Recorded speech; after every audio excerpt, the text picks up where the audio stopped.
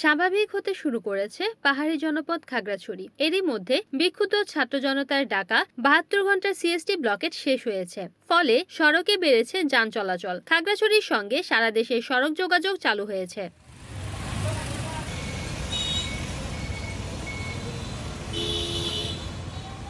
সোমবার ২৩ সেপ্টেম্বর রাতে খাগড়াছড়ি থেকে ঢাকার বাস চলাচল শুরু হলেও মঙ্গলবার ২৪ সেপ্টেম্বর সকাল থেকে চট্টগ্রাম, রাঙ্গামাটি, ফেনী, কুমিল্লা সহ সারা দেশের সঙ্গে যোগাযোগ শুরু হয়েছে। ৩ দিনের অবরোধ শেষে সকাল থেকে যাত্রীদের ভিড়ে কর্মব্যস্ততা ফিরেছে।